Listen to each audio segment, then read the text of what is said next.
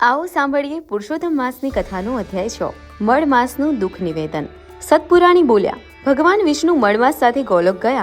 ત્યાં હીરા મોતી જડેલા સ્તંભવાળું ભગવાનનું નિજ મંદિર હતું। શ્રી કૃષ્ણ ગોપીઓની વચ્ચે રત્ન સિંહાસન ઉપર બિરાજમાન હતા। આ જોતા જ મળમાસ તો અંજાઈ ગયો।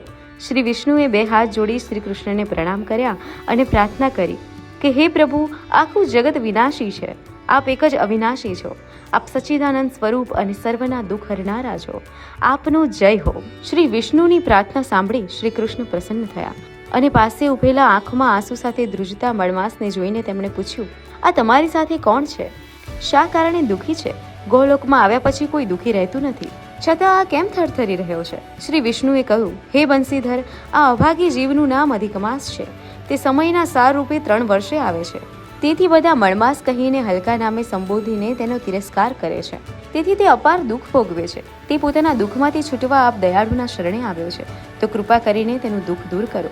શૌનકે પૂછ્યું, હે સુતદેવજી, ગોલોકવાસી શ્રી કૃષ્ણે વિષ્ણુના વચન સાંભળી શું કહ્યું તે અમને જણાવો। આ હતો પુરુષોત્તમ માસની કથાનો અધ્યાય 6। આવતીકાલે સાંભળીશું અધ્યાય 7। પુરુષોત્તમ માસની કથા અને વાર્તા સાંભળવા માટે અમારી ચેનલને સબસ્ક્રાઇબ કરો। જય શ્રી કૃષ્ણ।